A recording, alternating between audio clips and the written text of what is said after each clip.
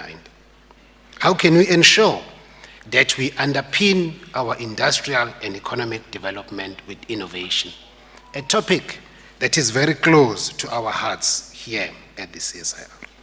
Ladies and gentlemen, as we gather here at the CSIR International Convention Centre, which also hosts the DSI Science Diplomacy Capital, let us not only celebrate the achievements of the past, but also look forward to exciting possibilities that lie ahead. Together, let us ignite the flames of discovery and innovation that will shape the future of science in Africa and beyond. In closing, I would like to congratulate the Ministry of Higher Education, Science and Innovation, and in particular, the Department of Science and Innovation, for what is promising to be a very engaging science forum. To all our guests, thank you for joining us on this journey, and may the 2023 Science Forum South Africa be a source of inspiration, knowledge, and lasting connections. Welcome, and thank you very much.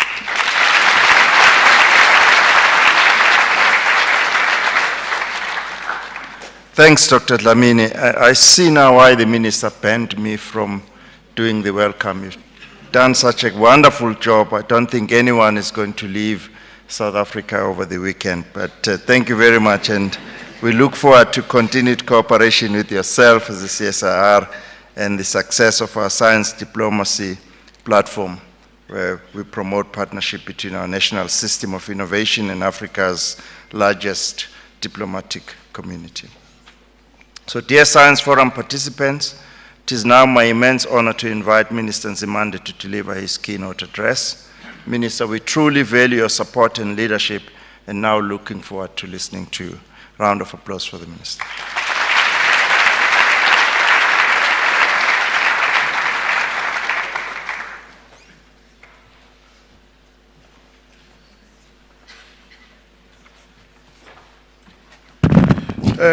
Thank you very much, DG, Dr. Philip Mjwaka. Excellencies, distinguished guests, ladies and gentlemen, and all of you as participants in the Science Forum South Africa 2023. In South Africa, we have a popular expression often used at the start of an address to say that all protocol observed.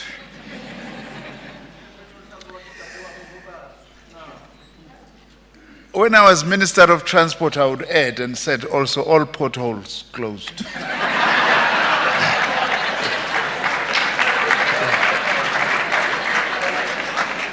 Although I'll be challenged afterwards when people go through potholes after all. In using this expression of all protocol observed, by the way, the objective is to acknowledge everyone, as I'm doing today, including those who may feel offended if they are not individually recognized by the speaker. This afternoon, I want to say all protocols are observed, but for a slightly different reason as well. Science Forum South Africa is an event where all is welcome, and the contributions of all are encouraged and appreciated, as the debate on the role science should play in society is indeed a debate in which everyone should participate. When I therefore say all protocol are observed, it is an affirmation that you are all welcome and that your contributions are not only invited, but strongly encouraged. Our forum is not an event for passive consumption of ideas, but for active contributions. Because what we need is for all of you to become militants for science. Well, I may want to break this rule of all protocol observed and recognize one particular person, DG, for a reason I will say, Professor Ibo Mandaza from Zimbabwe. I'm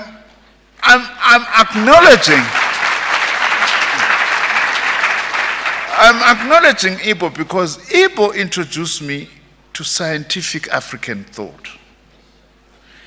When he was running SABC, that is still running in Zimbabwe, and I learned one thing, that the prosecution of the national liberation struggle in itself was part of a scientific practice as to why we cannot allow a society where people oppress others.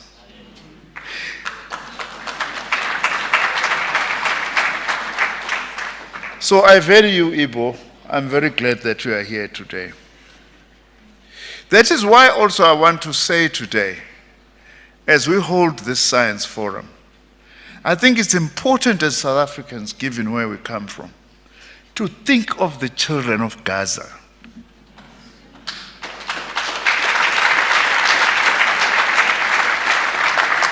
For many reasons, but for me, the one main reason, those kids must not die because we want scientists from them. Scientists of the future. It's very important that we say this because we are holding this, unfortunately, in a world that is refusing to put guns down. You know, the African Union has got a resolution of silencing the guns for the African continent. In fact, this should not just be a continental call, it should be a global call that we must silence the guns. Science cannot thrive in the context of conflict, but also science has a role to play, including through its scientific diplomacy, to bring peace to the world. This is the 8th organization of the Science Forum of South Africa, and first, which is a fully fledged in-person event since 2019, after the hybrid events organized during the COVID-19 pandemic.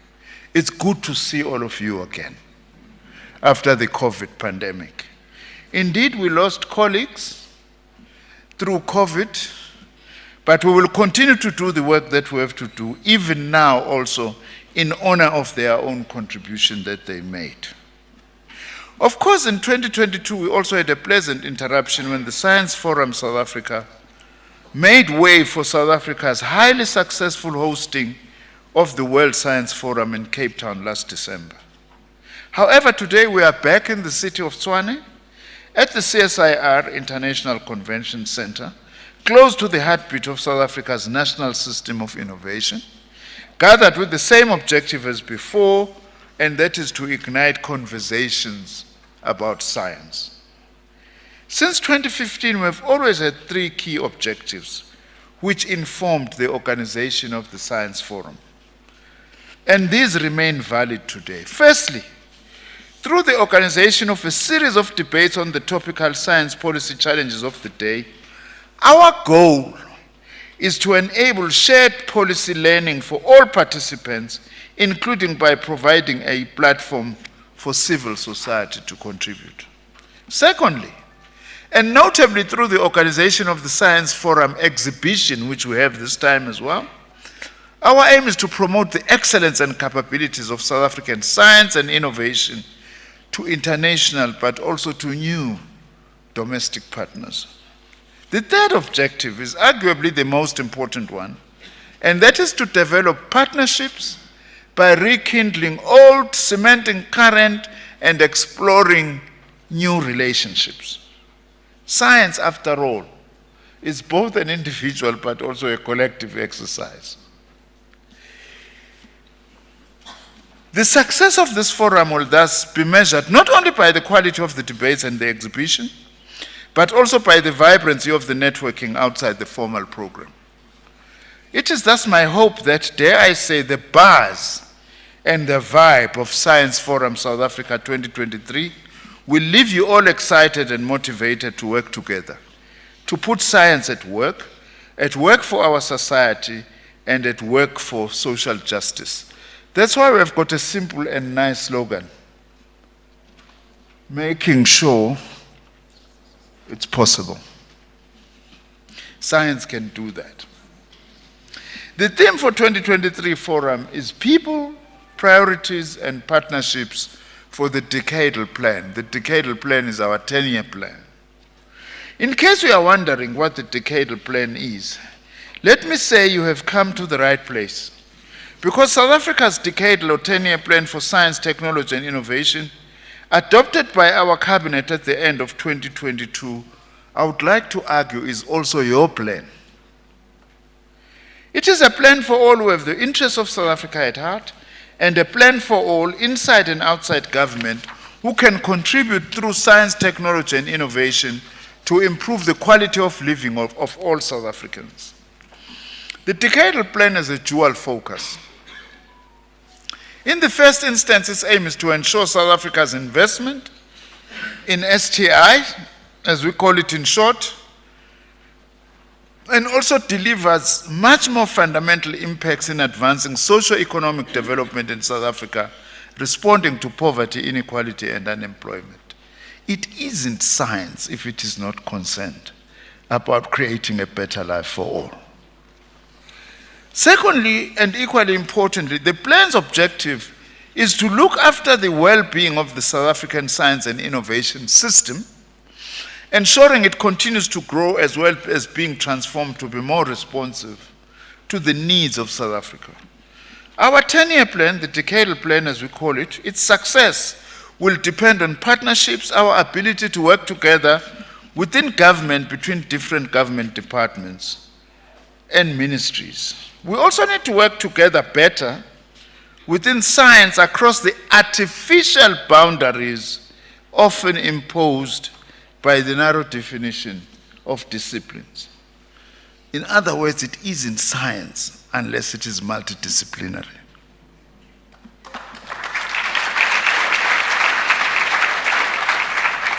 And we also need a compact, reinforced collaboration between government, the private sector, the scientific and academic communities, civil societies, and communities. Also, I think we've got another important challenge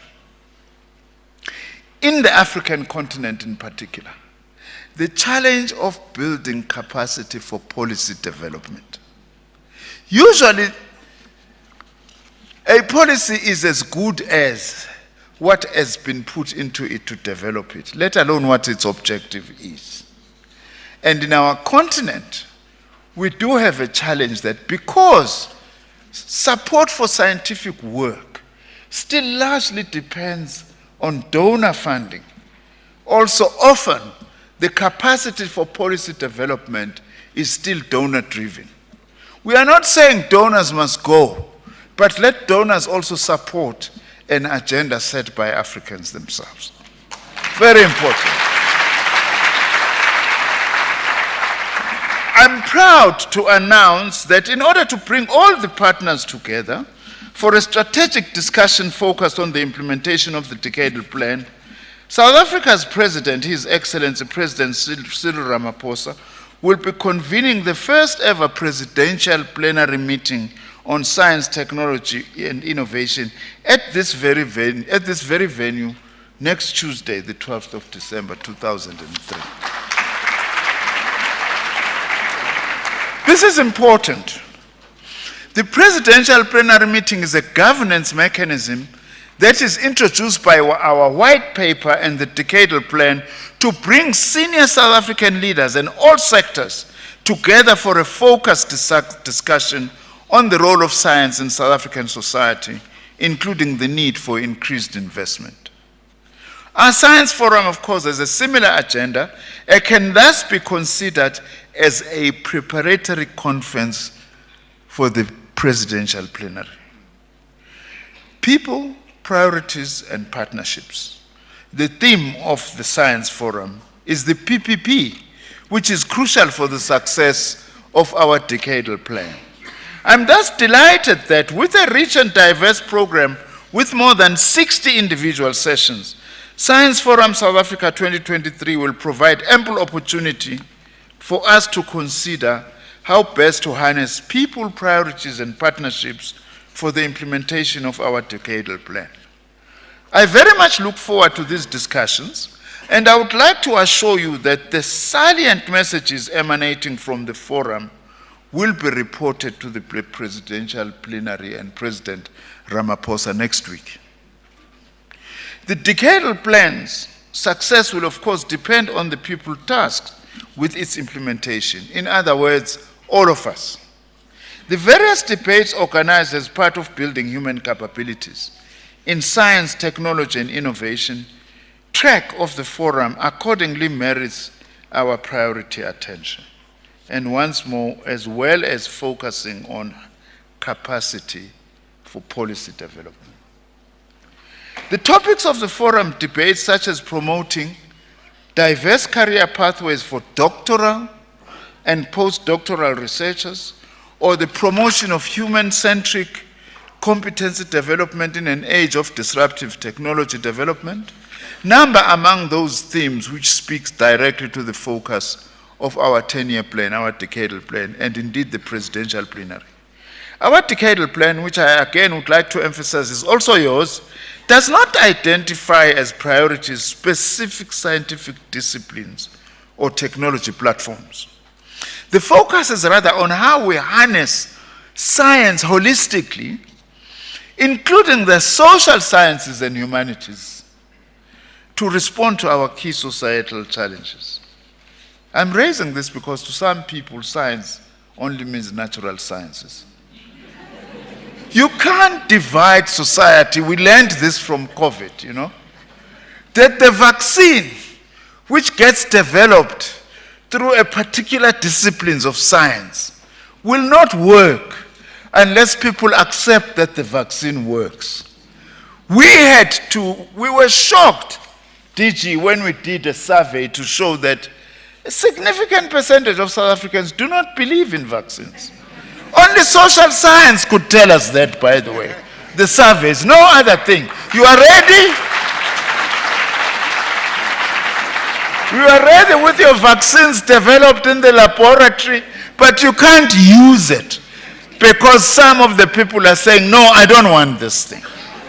So that's just a simple example of the importance of holistically science, natural, humanities, and social sciences. The forum agenda is thus strategically compiled with debates focused on these priorities or challenges, including the interrogation of the future of society as shaped by, for example, the impact of technological disruption on democracy. Other important tracks will debate the role of innovation in shaping the industry of tomorrow and the role of science in enabling sustainable, inclusive development. The decadal plan thus requires people to focus on priorities, together working in partnerships, with tracks of the forum program focused on themes such as economic and science diplomacy, as well as the advancement of the Pan-African science agenda. I'm delighted that international cooperation features prominently on the forum agenda. And by the way, science diplomacy needs to contribute in developing multilateralism in the world. We are one global community, but coming from different traditions, histories, and cultures. Those divisions should not be a source of conflict in the world, but should be a source of a vibrant global village with different cultures and histories. Very important. In this regard, I'm convinced that our plenary debate later this afternoon on the role of the African diaspora in the African science and agenda will be a highlight. But it is not only international partnerships which are required, but also a national consensus within South Africa on the importance of science and innovation to our society. Achieving this crucial objective will significantly benefit from the forum's sessions on science communication and science journalism. Another matter that I feel very strongly about. We're doing a lot in science, if I just take South Africa, but we are not communicating that enough. And also, one of the things I'm very passionate about is just basic science literacy. For ordinary communities and families to understand the role played by science in promoting the welfare and the being. That's why it isn't science unless it also speaks to the needs of ordinary people. Ladies and gentlemen, I'm delighted that the Science Forum South Africa, 2023, have brought you all together with such a rich program, with the purpose and focus for science to make a difference.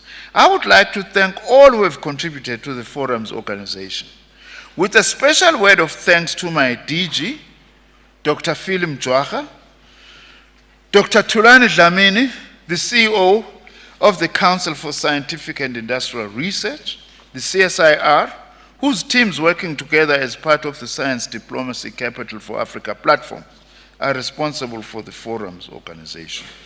By the way, Dr. Dlamini, I hope one day, when I'm retired from government, but still having enough energy, I would really like to compile a history of science in South Africa.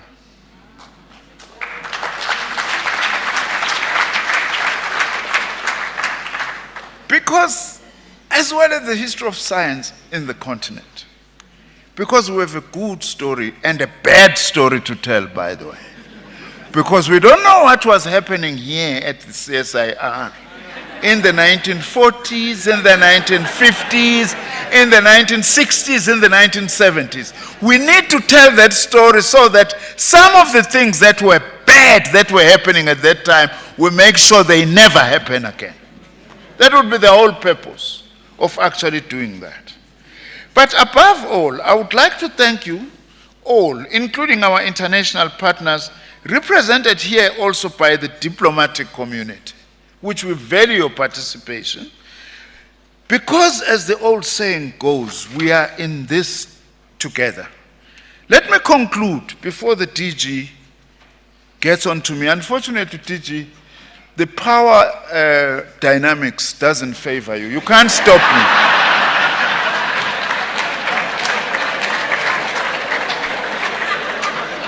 You can't stop me as your minister unless your own career will be jeopardized.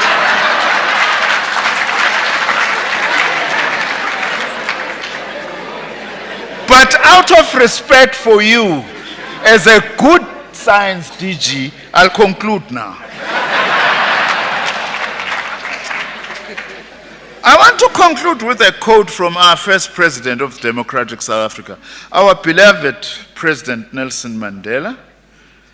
Words of wisdom, which are often a source of comfort, inspiration, and motivation. By the way, before I quote Madiba, yesterday we commemorated the 10th anniversary of Madiba's passing. He passed away yesterday, 10 years ago. And in his honor, I would like to recall these remarks he made at the 90th birthday celebration of one of his close comrades, South African freedom struggle hero, the late Walter Sisulu. That's what he said at his funeral. And I quote, "What counts in life is not the mere fact that we have lived. It is what difference we have made to the lives of others that will determine the significance of the life we lead," unquote.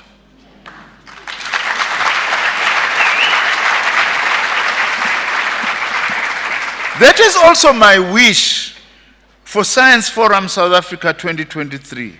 Let its significance not be its mere organization and our participation, but the difference its outcomes and our actions will make in the life of others. I thank you very much, and I wish you a successful forum. Thank you.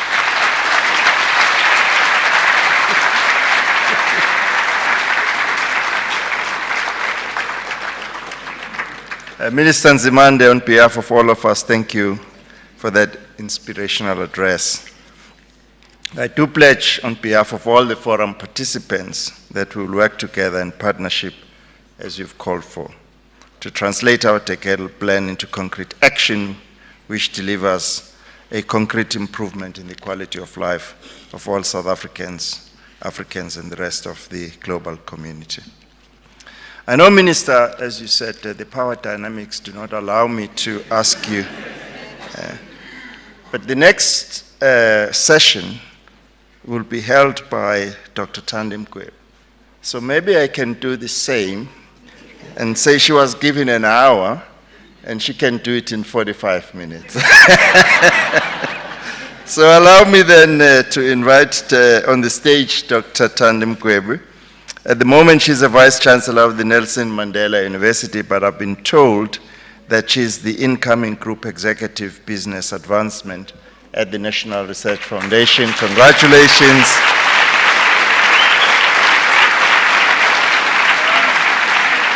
And she will be the moderator for the panel. Over to you, Dr. Mkwebo.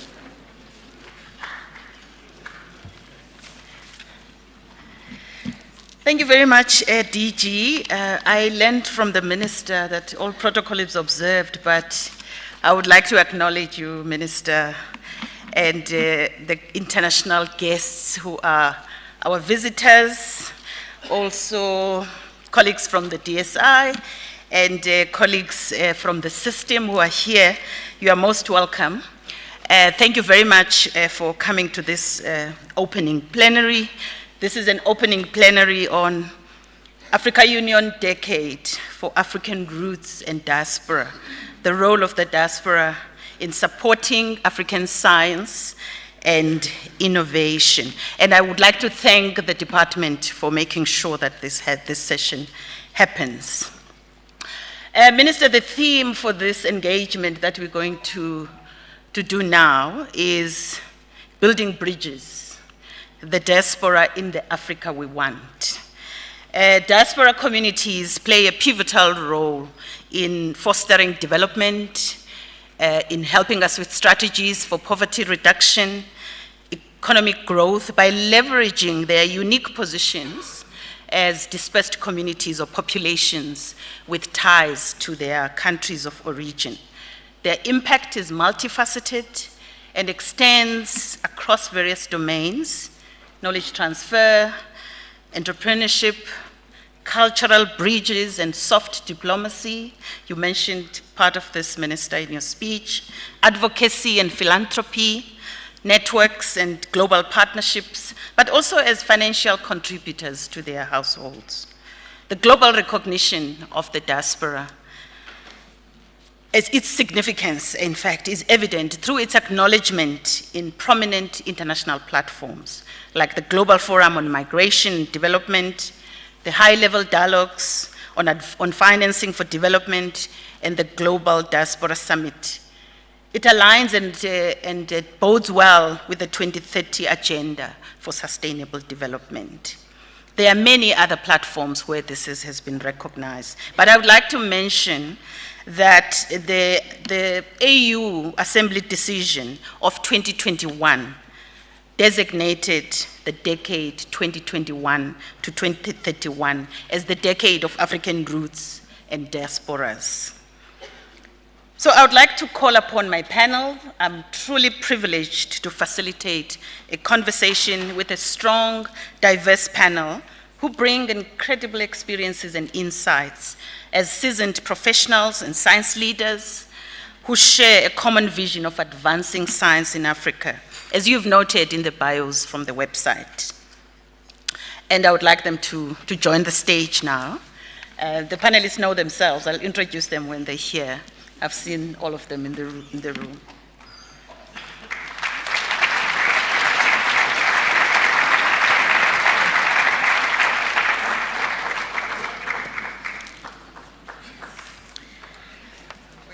Minister and colleagues, we hold this science forum today under certain current conditions.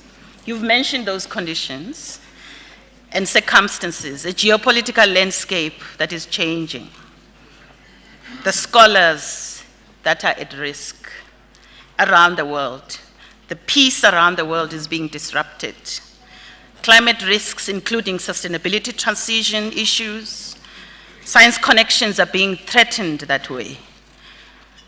Investment in science to build these bridges, or through the bridges, is important.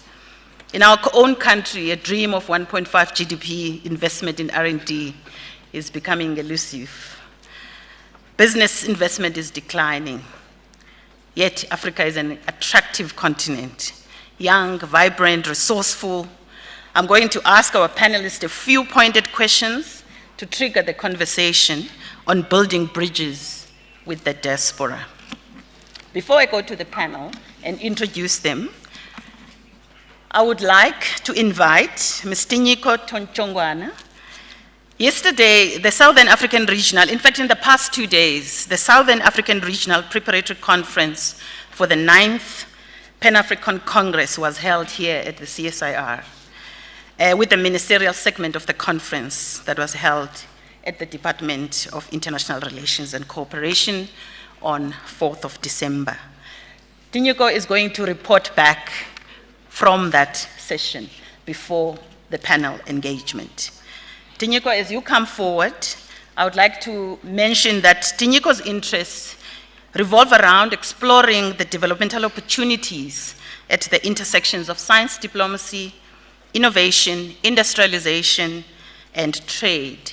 Her dedication to leveraging science for the benefit of Africa underscores her commitment to contributing to the continent's growth and development. Over to you.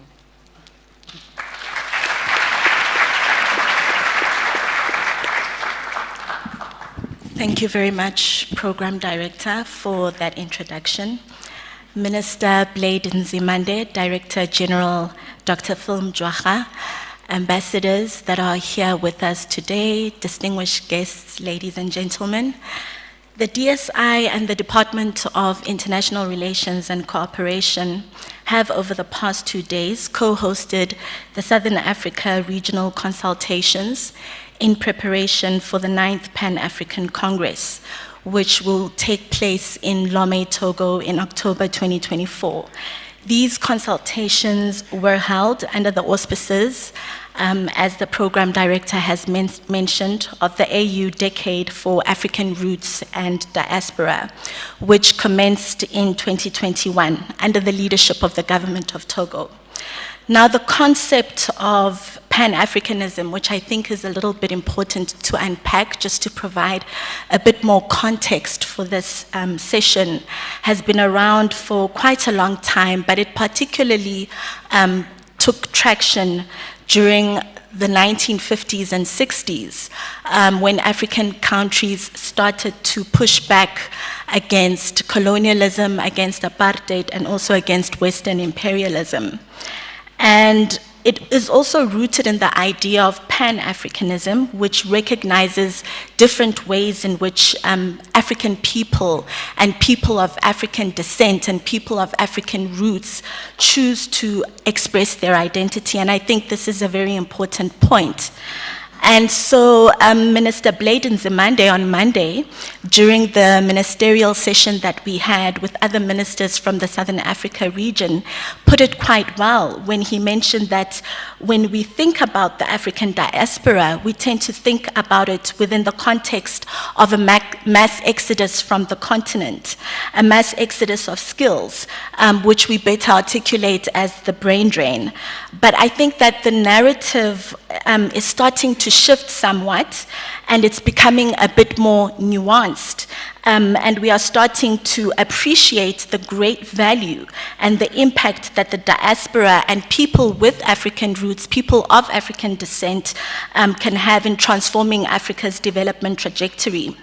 But at the same time, within these nuances, when it comes to how we speak about the diaspora, we also need to have very real conversations about what African governments can do to ensure that their best minds do remain on African soil. And so this was part of the deliberations that we were having over the past 2 days.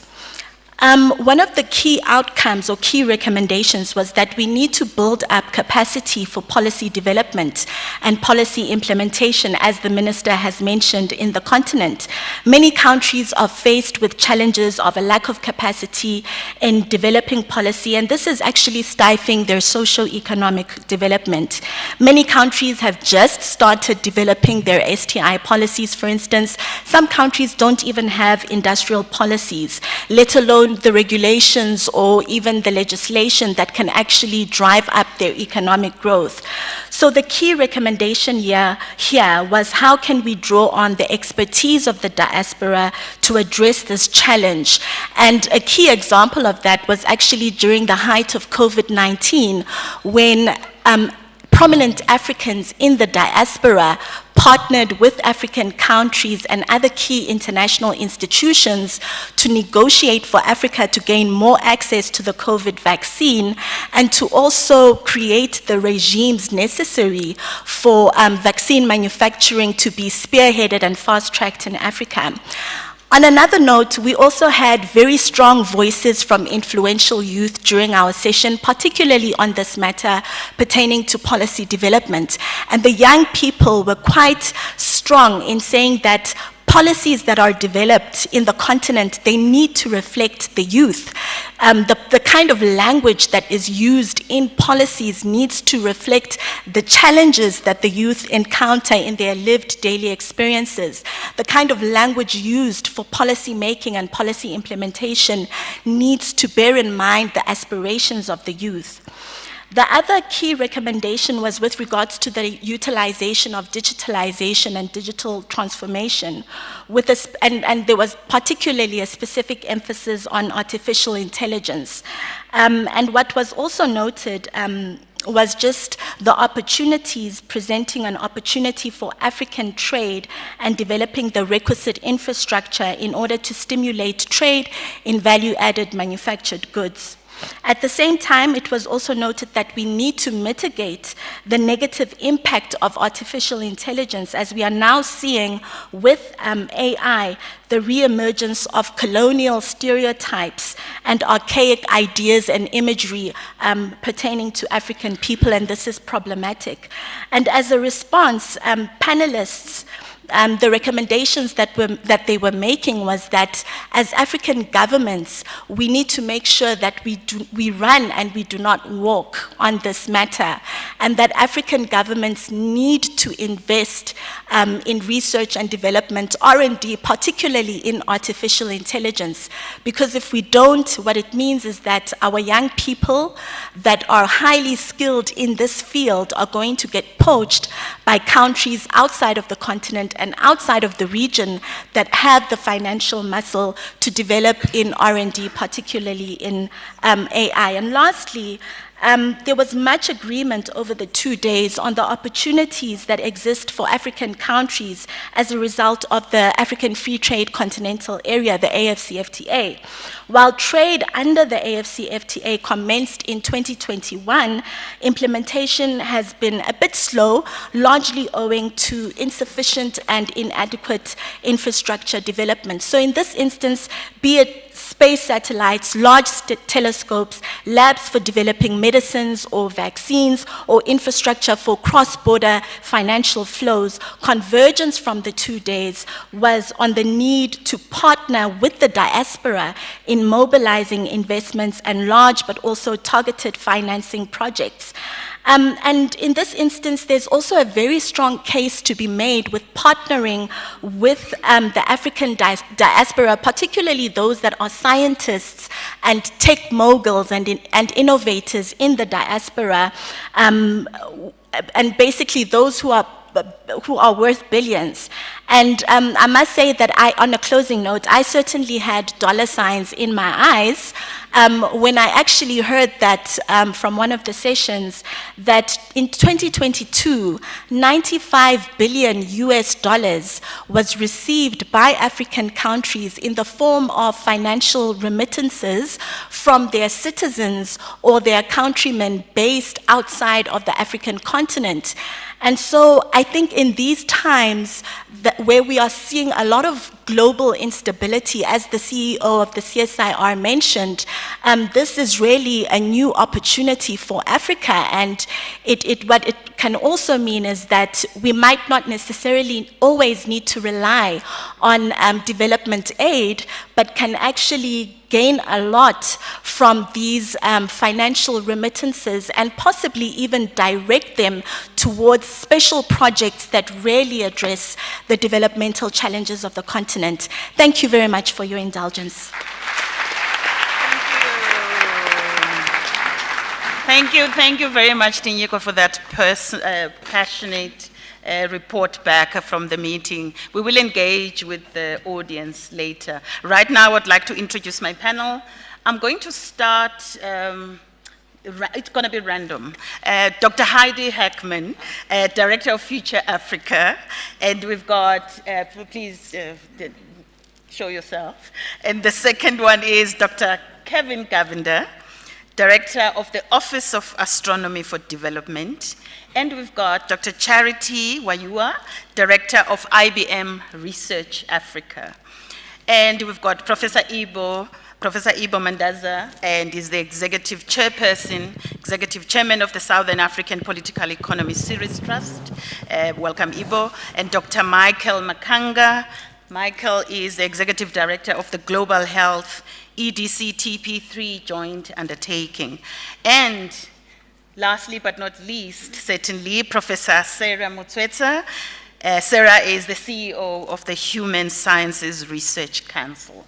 I'm going to start with you, Heidi, as I've introduced. You bring a lot of experience. You have served as the founding CEO of the International Science Council in Paris from 2018 to 2022, and as the executive director of its predecessor organizations. You have advised the UN, and still do, and you sit on significant advisory boards for various international scientific activities and initiatives, but you remain connected to UNESCO and the OECD. Given your extensive experience in global science strategy and policy, how do you envision engaging the diaspora to enhance collaborative research efforts, knowledge interchange, sustainable development in the context of Africa's unique challenges and opportunities? Your personal insights will be great. You're welcome. Thank you.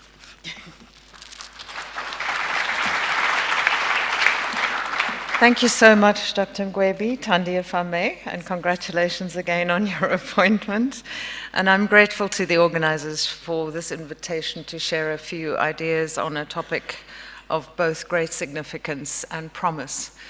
So I am going to base my comments on some personal stories, which, as Thandi has indicated, essentially involved a professional journey of 30 years abroad, working in the international science and technology policy landscape, but a time during which, as much as I might be still connected to the UN, UNESCO, and the international scene, during that time I was very fortunate to be able to remain connected with the South African and the broader African scientific landscape, to be able to regularly participate in and learn from regional science, technology, and innovation policy debates, conferences, fora like the Science Forum South Africa, to be able to contribute to the development of regional initiatives,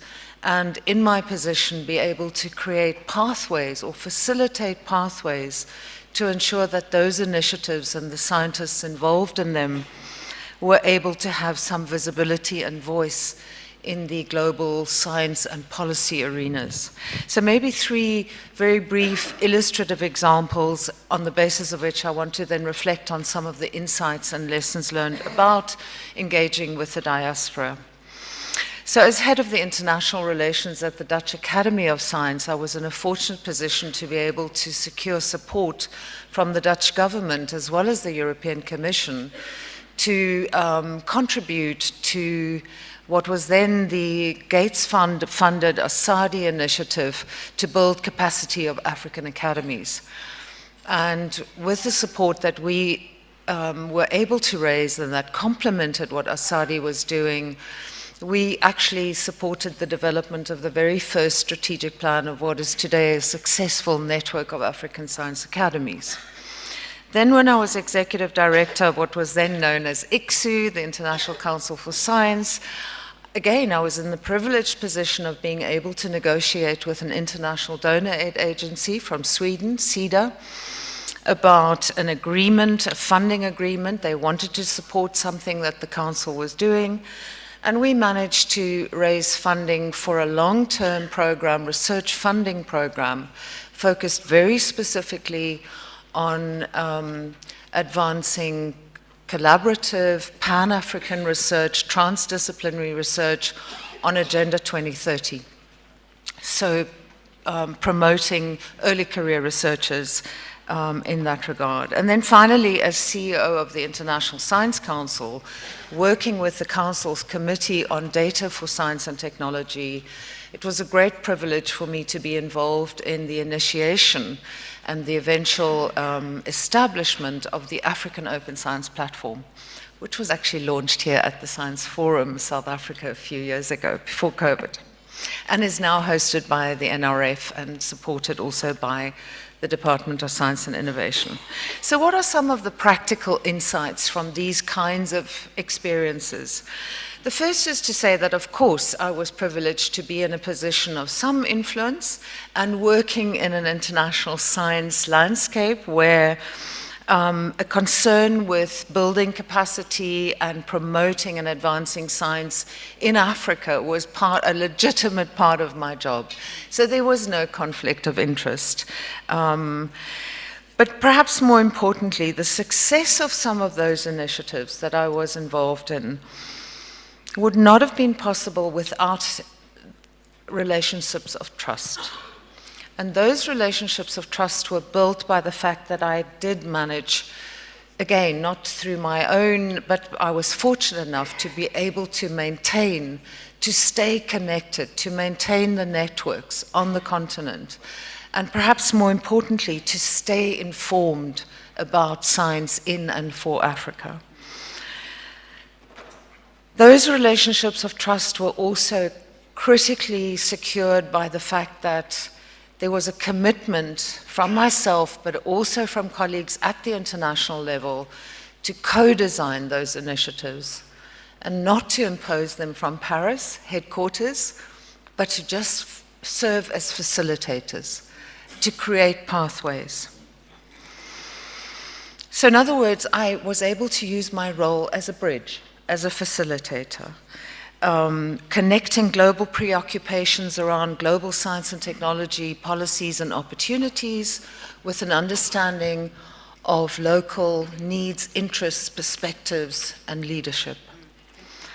And then another lesson was that I think for the diaspora and this decade, the AU decade going forward, is that actually some of these insights only come retrospectively.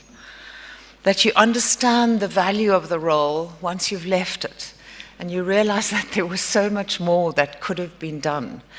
And part of the problem was that I was operating not in a broader strategic framework, such as the one that the AU Decade now will provide.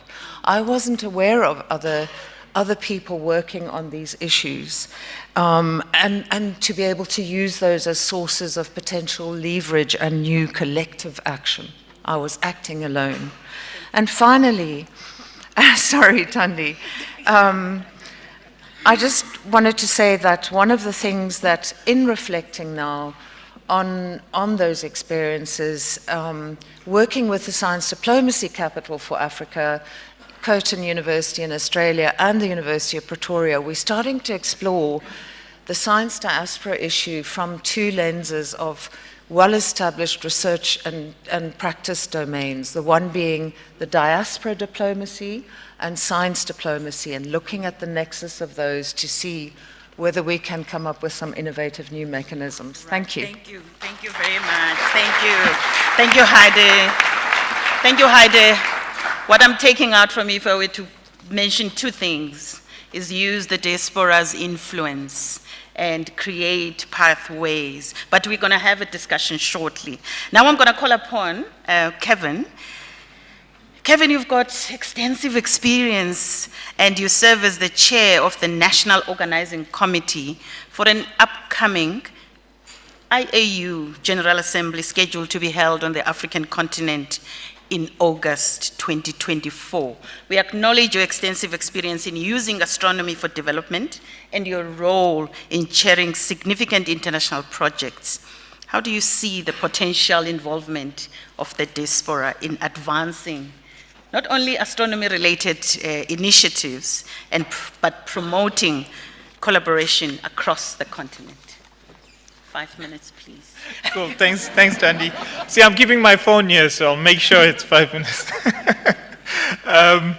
So I think first, let's just acknowledge, the obvious. It's about making connections, and how we connect with the diaspora is the important sort of underlying factor. People need to be inspired. We need to build these human connections, and people can be inspired by profit. People from our diaspora want to do business with the African continent. People can be inspired by religion, by philanthropic means, by the spirit of Ubuntu. But how do we build those connections? And it's important to note that it's not just the physical diaspora. It's not just like people who live away from Africa. It's people who have emotionally disconnected from this continent. Because I think this is a problem as well. When we talk about inspiring human connections, we have to talk about those people on the continent who don't have confidence, who don't have pride, who would leave the continent if they could. We need to inspire them, and I think by inspiring ourselves within the continent, we can reach out to the diaspora as well. So where does astronomy fit in on all this? Astronomy is a special field, and maybe everyone else's science says their fields are special, but I think astronomy is pretty cool. Firstly, it's one of those sciences where, if I tell physicists, chemists about astronomy, they get excited. If I tell social scientists about astronomy, they get excited. People that have come to Sutherland to experience the night skies, astronomy is something that really brings us together. It's a hard science. It's something where, to figure out what's going on in tiny, spots of light in the sky, we need to build infrastructure. We need to push ourselves intellectually, push ourselves technologically, but still, it's something that connects us culturally. It's something that everyone looks up at the sky.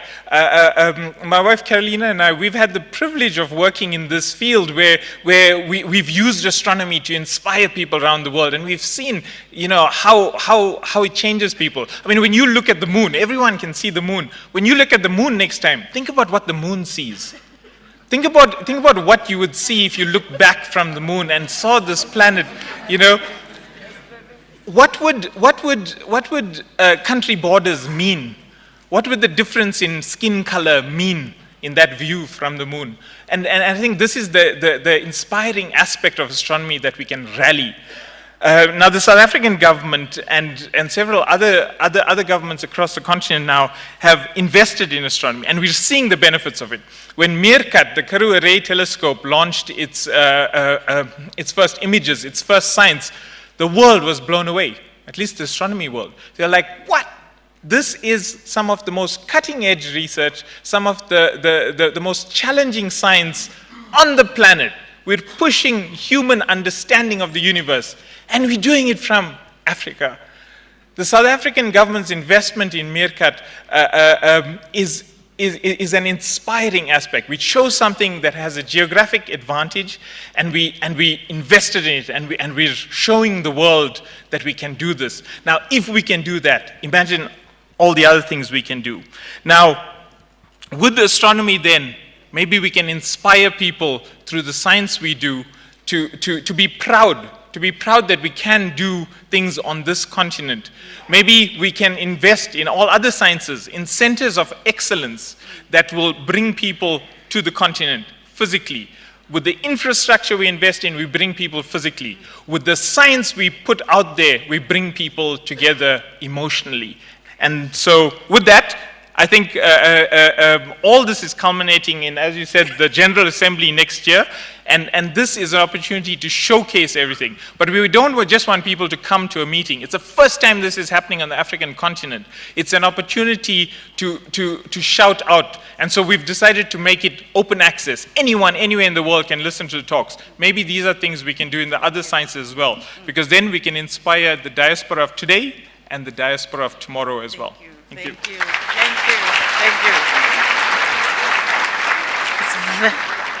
It's very difficult to stop the passion, but thank you very much. Thank you very much, Kevin. I take the inspiration, and we have to inspire people, and we have to keep them emotionally connected, Minister, to the continent. Thank you very much. Now, I go to Charity. Charity has got exciting stuff to say about the role of the African diaspora in contributing to and benefiting from the transformative work in computing, artificial intelligence, and other technological advancement that she is leading at IBM Research Africa. Charity, your work has resulted in transformative solutions that have positively impacted business, government, and people's lives. Please, you're welcome.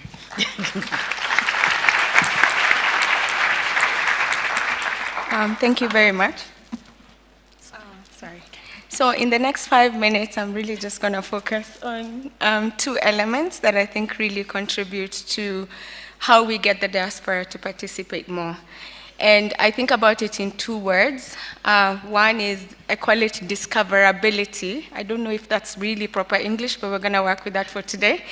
And then the second one is advocacy. And I want to highlight those 2 words with 2 specific examples that I have been privileged to be a part of. So as she mentioned, leading IBM Research Africa, and I want to just give you an idea of how IBM Research Africa got to be a research lab in the continent 10 years ago. There were 2 Africans working at one of our headquarters of research in New York. They were quite senior. There were research labs everywhere else. If you look at the map of the lab, nothing in the continent. And so based on their understanding of the company's strategy, their passion for the continent, they were able to actually put together a plan where they went to their senior leadership and convinced them about why they needed to be a research lab working on cutting-edge artificial intelligence, quantum, blockchain at that time, etc., why that needed to be situated in the continent. And because of that, 10 years later, we can now celebrate that we've had a research lab here in South Africa, a second one in Nairobi, in Kenya, where we have tens of PhDs, software engineers, everything you can think about, doing most cutting-edge research that's impacting the continent and also impacting a multinational like IBM. It only took 2 senior people, really passionate about having something here in the continent, but also with a clear understanding of how they would align their interests in developing the continent with what the organization's interest is. And the question I want to leave in our minds is, how do we get hundreds more of people like that? Because we know we have a really rich, talented diaspora out there. We just need to find ways of how we help them to bring investment back. So that's one example. The second example I want to share is more around, I call it, as I said, discoverability. So I studied in the US. I did my PhD there, moved back when IBM Research was starting the lab. And just this year, last year, I traveled back to the US and visited my PhD supervisor, Dr. Lau. He's been doing drug discovery work, fantastic researcher. And as we're having discussions, the question he had is, I have some really good work I've been doing. How can I collaborate with someone in the continent to do a particular portion of it? I have a very good relationship with him.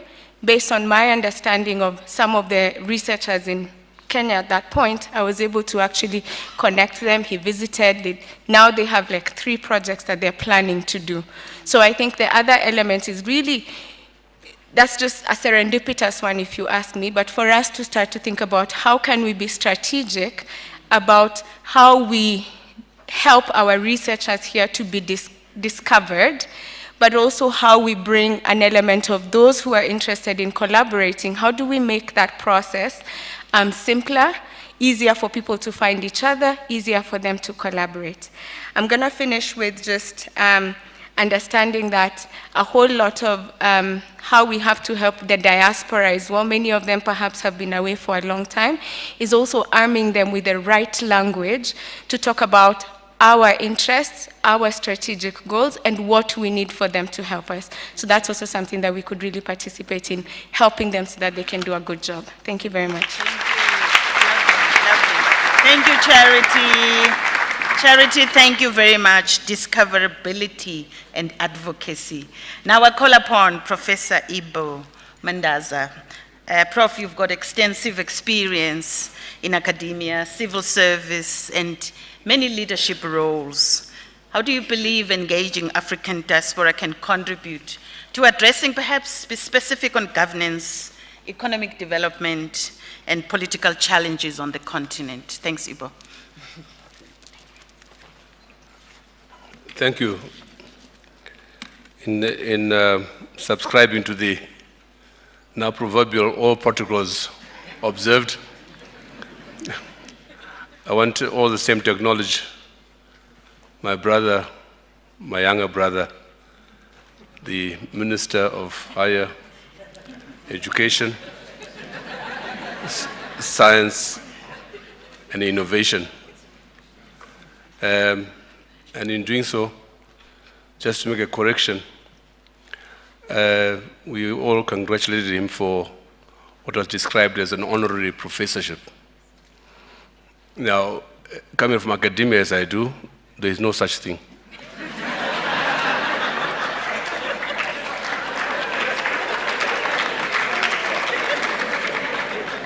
Professor Blade Nzimande is a professor.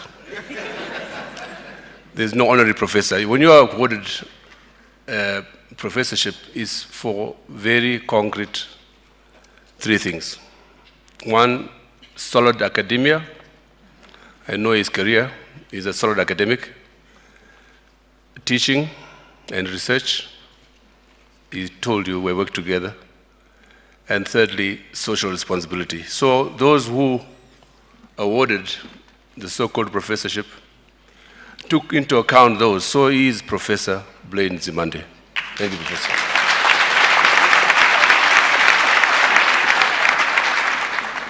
The second point I'll make, I want to thank the organizers, in particular the Ministry of Higher Education, Science and Innovation. And in saying so, because I've been here second time now, I was in Cape Town last year, I don't know of any Ministry of Higher Education, Science and Innovation which has been so innovative. When I walked into this hall, into this establishment, I was pleasantly shocked. And seeing all of you scientists gathered here is certainly a testimony that things are working as should. So I want to thank you for the showcase that you have put up here. And this is important because what I'll say later may not be as pleasant as that which I'm saying now. But before I turn to the main subject of my presentation,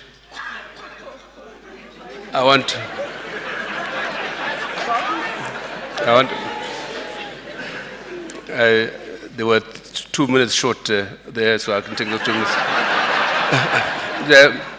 I want to say the following, that I've heard the first presenter talk about the 9th Pan-African Congress. Now, I'm glad that this has happened here in South Africa, because there is a bit of rivalry in the Pan-African movement. What we have coming up is the 8th Pan-African Congress. The last was the 7th in Kampala in 1994, and the 6th was in Dar es Salaam in 1974, for the record. So gladly, I'm a member of the organizing committee for the 8th Pan-African Congress. And we're meeting in Kampala next week, on the 16th, to reconcile the Kampala initiative with the Togo initiative, which Togo initiative seems to have lost the sequence. If also because Togo is not particularly Pan-African, as you know. So, not surprising. Yeah. Now, quickly, my main thing. First, as to quote the minister, the bad things. I'm going to turn your topic upside down, if you don't mind. I think we need to define the diaspora. And secondly, we need to describe the conditions which have caused the diaspora. Okay, I don't want to go into details. I'm from Zimbabwe, and the Zimbabwe story speaks for itself. But quickly, I was responsible for education and manpower, it was called, during the struggle in Mozambique. And my job was precisely to prepare for independence, identify in the camps people with some basic education to go for training in preparation for independence. And one of the reasons which moved us was the experience of Mozambique. Mozambique lost in 1 week 25,000 workers on the railways.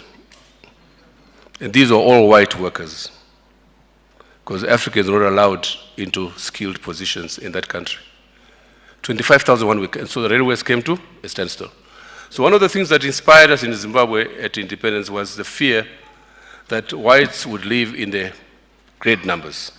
So we trained like hell.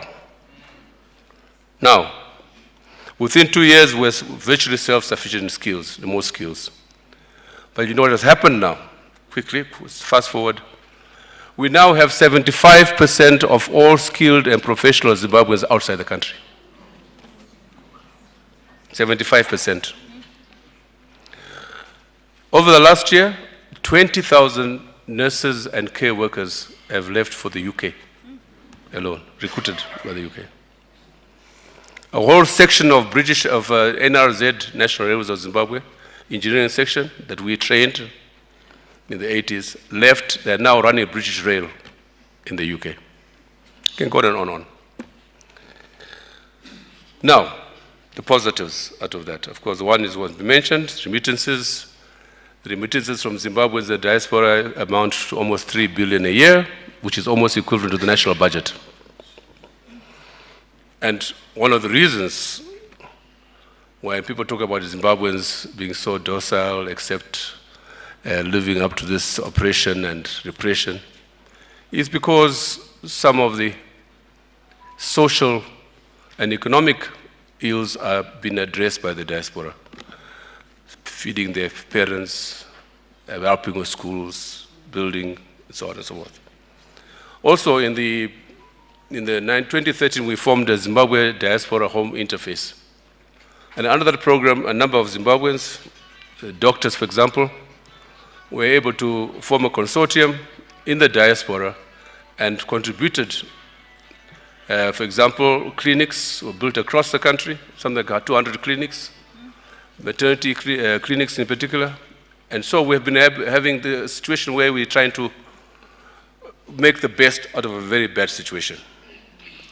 Thirdly, many of our diasporans, Zimbabwean diaspora, are here in South Africa. I met many of them here, our former Zimbabweans are everywhere, even on the moon. And I think one of the derivatives of that is not that we should lament. I think we should try and put a positive spin to it in terms of regional integration, Pan-African unity.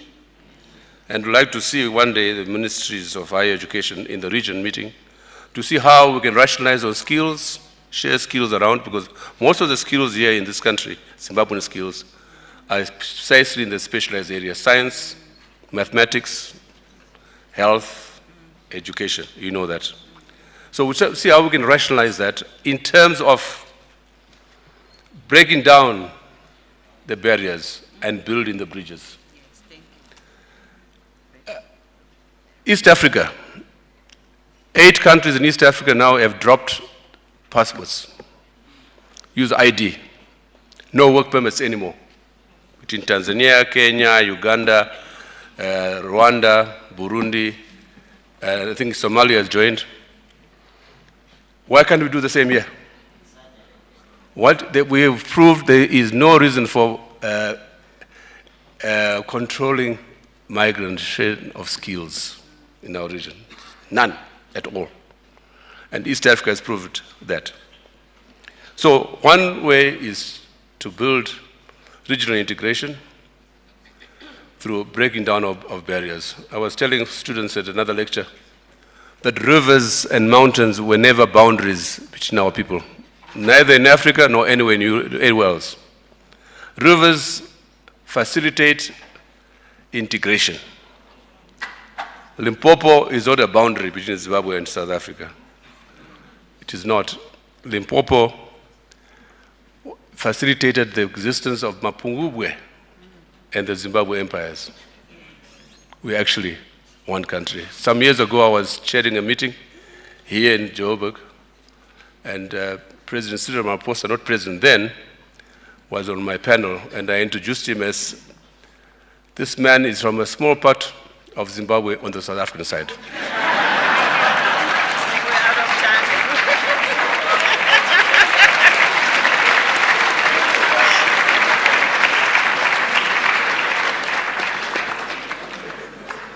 Thank you, Prof. Now we've got the last two colleagues, and they've promised me they will stick to their 5 minutes. And I've got Dr. Michael Makanga. Mike, as you walk, I want to pose a question to you as you come to the stage. You've got extensive experience in addressing infectious diseases and research management. Please share your insights in engaging the diaspora communities, in supporting research, healthcare, and policy in Africa. Thank you. Thank you very much, Madam Chair. Honorable Minister Nzimande, ladies and gentlemen. First, I want to very briefly relate this to my personal experience and then to my institutional experience and how we build bridges. As an individual, I've been in the diaspora close to 30 years, and I would classify myself as part of, not brain drain, but part of brain circulation. I was born and bred in Uganda, where I had my initial education and had an opportunity with the Commonwealth scholarships to study in the United Kingdom for my master's, PhD, and later on had memberships. But most important, that gave me exposure in that when I left the UK, I was able to be part of the Liverpool-Oxford Tropical Collaboration, which created a bridge between what I learned as part of my training and relating it to the real-life environment back in Africa, where I spent quite some time working in Kenya, but I also had an opportunity of lecturing in one of my universities in Uganda. I spent 13 years here in South Africa, leading the as part of the EDCTP, that is the European and Developing Countries Clinical Trials Partnership, which has been running now for 20 years. This year we celebrate 20 years. And this is a partnership that when it started was created as a European economic interest grouping.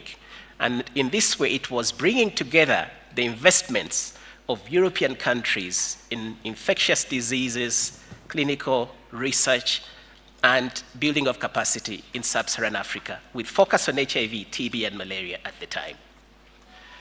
When the second program was launched here in South Africa in November 2014, the structure had evolved into an association, bringing together European and African countries to work together as a partnership with co-funding from the European Union to take forward clinical development of medical interventions against HIV/AIDS, TB, and malaria, and now adding on other neglected infectious diseases, diarrhea diseases, and diseases of epidemic potential. Fast forward, we are the largest partnership, EU-Africa partnership, that is supporting clinical development of medical interventions in Africa. And I have to say, South Africa is one of the leading countries in the partnership and hosting our Africa office. Beyond investing in the research and development ecosystem, we've paid special attention to developing human capital. And in this, focusing on people and recognizing that science is fundamentally a human activity. And in this case, we have focused on developing human capacity with excellence, promoting excellence in science, but ensuring that the scientists that are developed are well connected locally, regionally, and globally. Coming up with a unique combination of scientists that I would consider to be lucky. Scientists that are prepared to grab the opportunity when it comes. And these are scientists that have a deep understanding of the local problems that are of policy relevance in Africa, scientists that understand health systems in the context of the system here in the countries, but scientists that are able to tap into the global scientific network and having access to the latest scientific thinking and technological advances.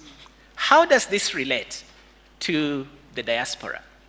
I'm part of the diaspora. You need to be around the table. You need to be credible. You need to display excellence. You need to know how the world works. How do you do that? It is by association with the best in the game. And this is the way that the people in diaspora are making a contribution, in that, one, as an organization, we've been able to leverage some of them to come back and work in Africa by creating an environment that enables their research to happen. And for those that are not able to come, connecting them with the ones back at home, so that they're able to work as part of the consortia collaboration. Now, looking at the research ecosystem as a whole, now that we are looking at local manufacturing, research and development, the whole value chain, we need to connect the private sector and the public sector, and the diaspora out there will play a key role. Thank you very much. Thank you. Thank you so much. Thank you, Mike. Thank you so much, Mike. Lastly, I've got the CEO of the HSRC to come and share her insights. She did give me instructions to say I must just say CEO of HSRC. That's right.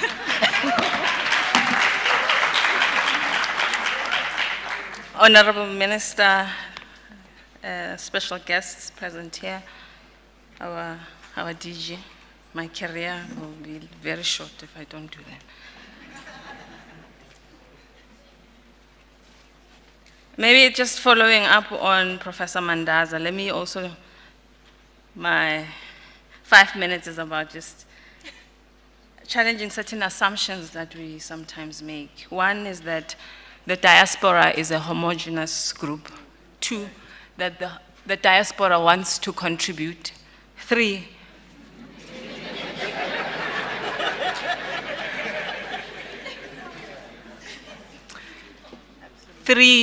that diaspora is the diaspora that we wanted to contribute. The diaspora is very diverse in politics, in history. And therefore, as we want it to contribute to South Africa and the continent, we indeed must put question marks on who is the diaspora. My experience, particularly this year, has taught me that we need to redefine what the diaspora is, and I want to suggest that we need to talk about the new diaspora, because that diaspora should not be defined on the basis of locality, geography, race. However, there are political leniency towards what the Africa agenda is and should be. That's the basis in which we should be having a discussion with the diaspora. I know many people who define themselves as the diaspora, and yet they do not believe in the future of the continent. I've had our RAND DG being thanked recently, and we would have defined those individuals as the African diaspora. I want to make the argument that they are not. Instead, we need to look to our friends, and I'm glad that they're in the room, because in this year, we have found, again, we have affirmed that China is our new diaspora. We have affirmed that we can work very closely with Brazil, with Russia, with India on common agenda that the minister was alluding to, which is that multilateralism. We also need to ask ourselves, why do we need the new diaspora? And I think that we need it for 3 reasons, and one of them is multilateralism, which I won't get into detail, otherwise my chairperson here will stand up. The second one is a multipolar world where some want to always dominate at the expense of others, and they want their voices to always be heard at the expense of the continent and the global south. Thirdly, I think we do need to think about the new diaspora precisely because we need new voices, new knowledges. For history, as we all know, if we don't write it ourselves, tell the history ourselves, the hunter and the hunted, if the hunter tells that history, you know how the history is going to be written. With that, I want to suggest that as we think about partnerships, if we think about breaking borders, we must indeed ask, who is defining the diaspora for what purpose? For I think that there needs to be a new political agenda of understanding the diaspora so that all of us can indeed see 2063 and realize the goals of 2030. I thank you.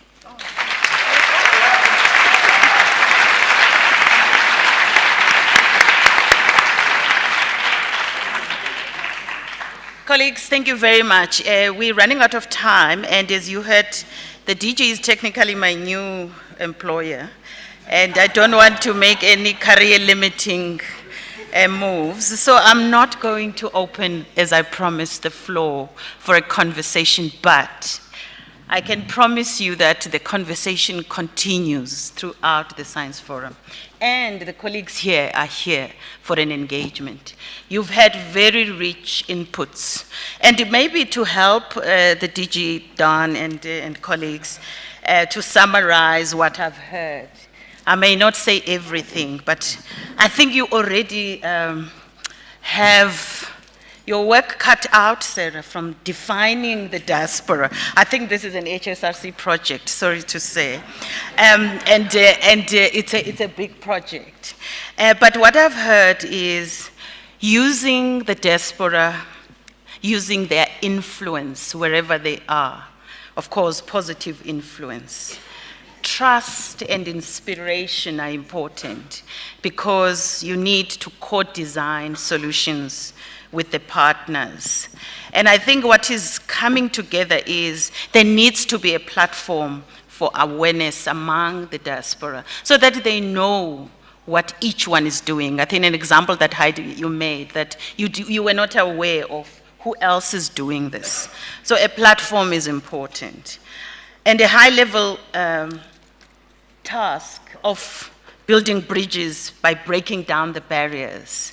That's critical. Advocacy and association with excellence and with excellent initiatives.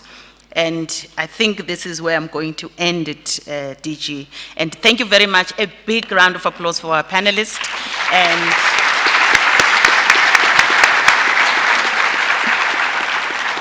thank you.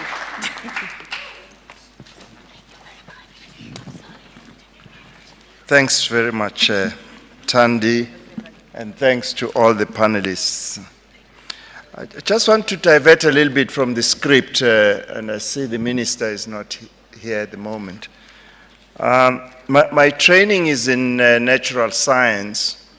The minister is a social scientist. The special advisors of the minister are also social scientists.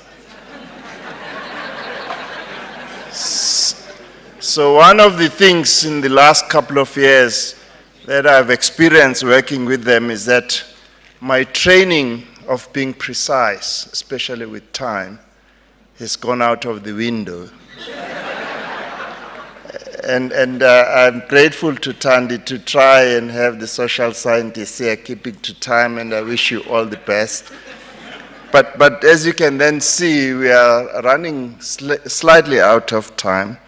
So may I ask for your indulgence that we push until about past? It's just a few more items, so we apologize we're late, but I'm sure you've enjoyed the engagements that we've had with the team. So just a few more minutes. I promise we'll be done. We're now going to the session where we would like, as part of our science diplomacy of the decadal plan, and what we have always done since inception of the Science Forum, to honor excellence in science diplomacy through our Science Forum South Africa, what we call Science Diplomacy Awards, which is a tradition we are proud to resume in 2023, as we heard that COVID didn't allow us to do this. So it is now my pleasure to invite to the stage Minister, I hope. Now. Also like to invite Mr. Dan Tutua, DDG International Cooperation and Resources of the Department of Science and Innovation, who will be leading us in these proceedings. What I can do before the master come, I can give the background to the awards. Yeah, you want to also talk about the process? Exactly, and then when he's here, we start with the awards. Thank you very much, Director General. Good afternoon, Science Forum South Africa 2023 participants. As the DG indicated, indeed, the annual Science Diplomacy Awards is one of the traditions of the Science Forum South Africa. And as our Minister spoke about the importance of partnerships, at a Science Forum, we've always believed in the credo that science knows no borders. So we therefore seek to honor those who have contributed to foster new international partnerships in science, specifically those which advance the African agenda. Secondly, fostered international partnerships which responded to the key societal challenges we face. But then most importantly, and this was a consistent theme throughout the discussions this afternoon, partnerships which foster international solidarity and friendship. You would know that as part of the invitation to the Science Forum, you were all invited to nominate candidates for the awards in the different categories. Those nominations were duly received, and then they were considered by the Science Forum Steering Committee, which had a very difficult task because we had in excess of 70 individual nominations, and it will be my privilege this afternoon to announce the laureates of the Science Forum South Africa Science Diplomacy 2023 Awards, the awards which will be presented by our Minister, who is a committed champion for science diplomacy, and our Director General. Minister, if I could please invite you to the stage to join us.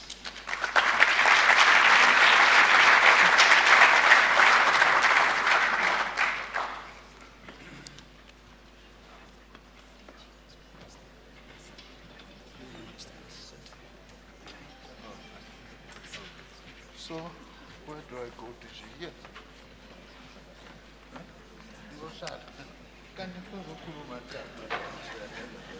Are you ready? Yeah, it's fine, yeah. We are starting with 3 very special awards, awards which were not part of the formal schedule, and that is to honor individuals, much appreciated, much loved individuals in the South African science system who throughout their career have contributed to South African science diplomacy, and who all in their own way ensure that South Africa today occupies a place of pride on the global science stage. But they are unfortunately no longer with us. It was a sort of great sadness for us all in the South African science system to lose them during the past calendar year, and we therefore thought it's only appropriate that we honor them on this occasion. Our first very special posthumous award will be going to Dr. Lee-Ann McKinnell. Many of you will remember her. She was the chief scientist responsible for space weather at the South African National Space Agency. And it was because of Dr. McKinnell that South Africa today occupies an eminent place in the global space weather networks. If we speak about shared challenges and how we need to work across borders, certainly space weather is an excellent example. And perhaps a greatest legacy is that she has actively contributed to promote and foster the careers of an exciting next generation of young South African space weather scientists, the majority of which are black and female. So it's my privilege to invite Mr. Umalani Madou, the CEO of the South African National Space Agency, who will receive the award on behalf of Dr. McKinnell's family.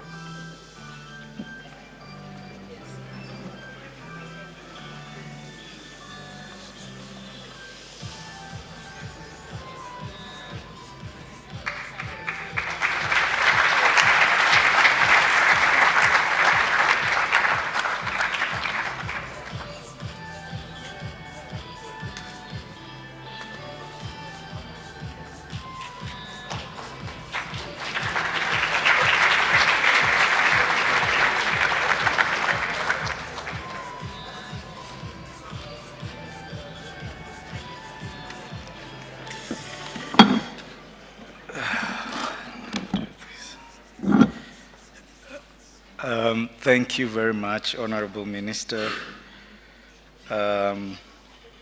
This is indeed an honor, and I just thought that I should say a few words to say that she was a luminary who spans realms, whose leadership shaped future, whose dedication sets an extraordinary standard.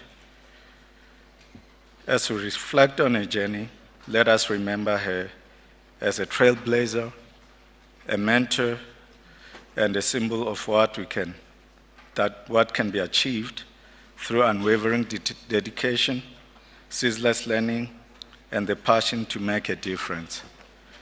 In celebrating Dr. Leanne McKinnell, we celebrate not just her achievements, but the ripple effect of her contribution that will continue to inspire generations to come. I thank you, Minister.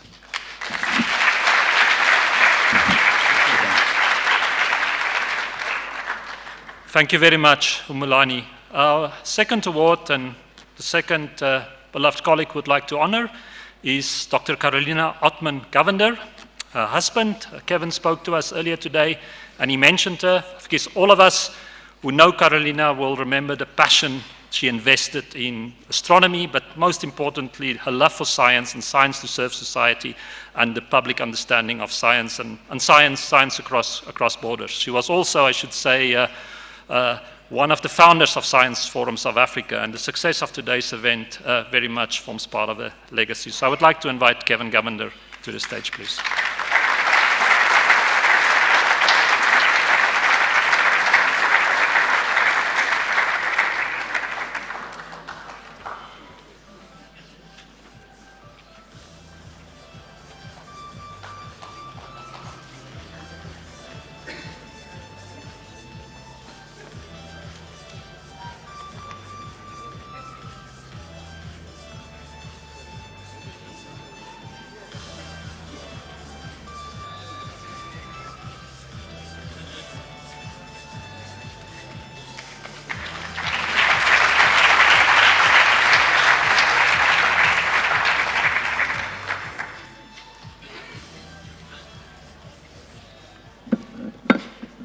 So you asked me to say for you, this is the sort of stuff that would have left Carolina in tears. So on behalf of our family, of our kids, Xavier and Cyprian, thank you very much, Minister. I think I should say, I still wear her ring next to mine, and because her spirit and what she stood for is something that we want to carry with us wherever we go. And it's a spirit where she always spoke about being kind and about recognizing each other's humanity. Because even within the sciences, it's when we recognize each other's humanity that we can build stronger relationships, stronger partnerships, stronger collaborations. And I think, Minister, you quoted Nelson Mandela. I think it was a very appropriate quote because, you know, it's not just about the life we live, but it's about the difference that we make in other people's lives. And Carolina made a huge difference, and her life was very significant in that sense. So I hope that with this award, with this recognition, you know, I've stood by her side when she was like singing praise for science in Africa in the highest levels of the European Parliament. And I've stood by her side when we were talking about the moon to kids, street kids in the beach in Mozambique.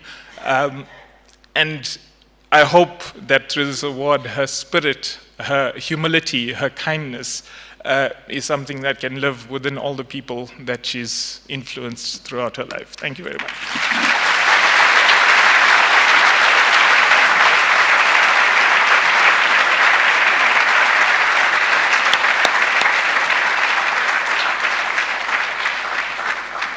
Thank you very much, Kevin. The last commemoration award in this category will be emotional for all of us in the Department of Science and Innovation, because during this calendar year, we also lost a very dear colleague, Dr. Daniel Adams. Many of you in the room will know him. He was our Chief Director for the basic sciences and the research infrastructures. If South Africa today has a sophisticated policy strategy, for example, for investment in research infrastructures, it's part of the legacy of Dr. Adams. But he was also a science diplomat by excellence, facilitating South Africa's participation and collaboration with CERN, which, for those of you who followed politics during the Cold War of particle physics, CERN was in Western Europe, but Dr. Adams also ensured that we have a vibrant and active partnership with the Joint Institute for Nuclear Research, which was the counterpart established in Dubna in the Russian Federation. And he also was responsible for us playing a leadership role in the OECD's Global Science Forum, despite the fact that South Africa is not even a member of the OECD. So it's my privilege to invite Professor Bruce Malado from the University of Witwatersrand, who worked very closely with Dr. Adams in developing the South African CERN partnership, to receive this award.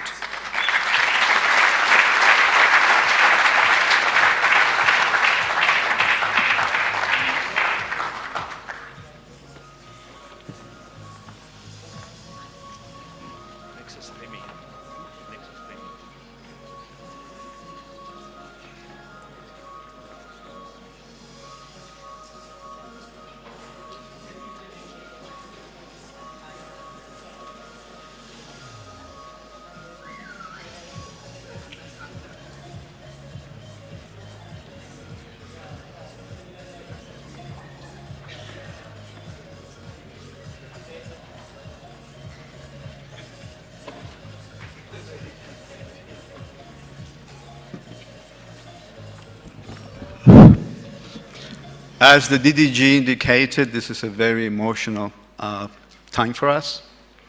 And I will say a few words from the eulogy that we read out months ago. Dr. Daniel Adams was a titan of South African science. We owe to him the creation of such high-profile programs as South Africa CERN, South Africa GINR, for which he is getting today's special recognition. Overall, it is very difficult to understand South Africa's participation in global research infrastructures without Danny's leadership and vision. Among many other contributions, Danny initiated a conversation about technology transfer. Danny's vision on how fundamental research can generate broad impact through technology transfer is the core of our vision for translational innovation today. He is and will be sorely missed for many years to come. Rest in peace, Danny.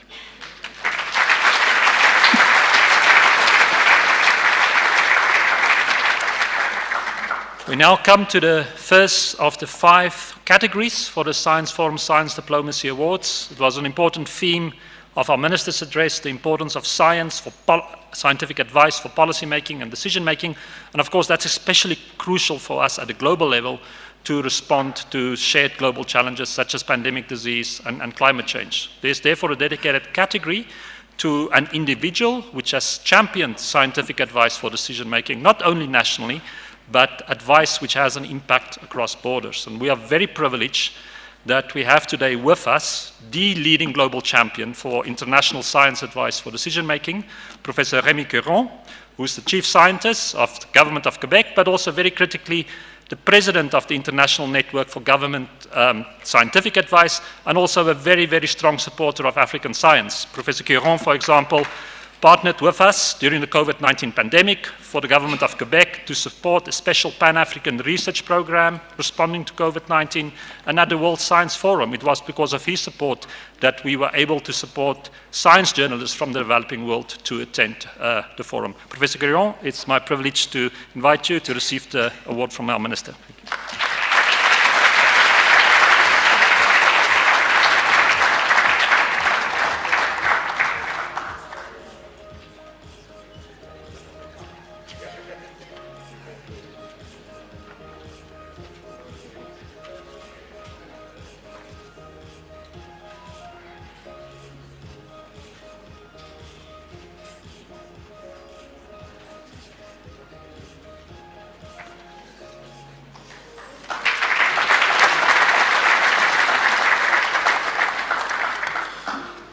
So thank you very much. It's really a privilege to be here with you, with Minister, Director Dan, colleague, member of the selection committee.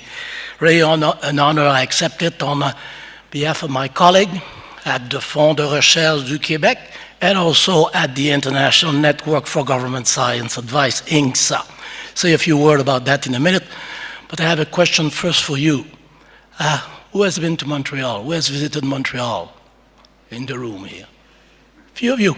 So that's one of the reasons we're very happy to be here. A few of us from Montreal arrived yesterday, 30 degrees Celsius here in Pretoria. I call home 30 centimeters of snow. The first snowstorm. So we're very lucky too, very happy to be here with you. More seriously, and Dan mentioned that already, the Quebec Research Fund, our partner with the National Research Foundation here, we had the opportunity to meet colleagues from NRF yesterday. We want to do more partnership, more exchange in terms of training. We can learn so much from each other. INGSA, the International Network for Government Science Advice, well, first activities here in South Africa. The head office of INGSA Africa is here in Pretoria at Future Africa. The head of the chapter, INGSA chapter in Africa, is based in Nigeria. Now we're developing a training hub center at the University of Rwanda in Kigali.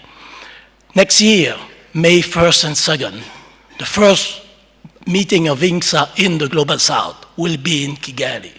You're all welcome, and it's about inclusivity, being sure that there is more and more collaboration between cities, between countries of the Global South. So we'll try to help in that regard. And I like your tagline, making sure it's possible. My motto in French is impossible n'est pas français. So impossible is not a word in French. So you have to dream big. If you dream big, you work together, it will happen. Merci beaucoup.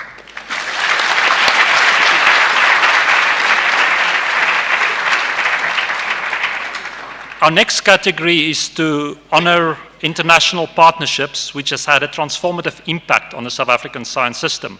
Indeed, one of the objectives of our decadal plan is to ensure that our international partnerships achieve that transformative impact. South Africa is privileged to enjoy a diverse and a rich portfolio of international partnerships because that is what we believe in. Science knows no borders. But today we want to, after a very difficult debate, want to honor a specific partnership which over the past year has achieved that transformative aspects which the Minister spoke about in the decadal plan, in investment in people, in investment in partnerships, and partnerships which are focused on our strategic priorities. And it's therefore my privilege to invite to the floor Minister Councillor Shen Long, who's the head of the Science and Technology Office at the Chinese Embassy in Pretoria, for we would like to honor the transformative work being done over the past year, thanks to the leadership of Ambassador Chen and his team, through new initiatives such as the South Africa-China Young Scientist Exchange Program, the South Africa-China Joint Research Program, and indeed the South Africa-China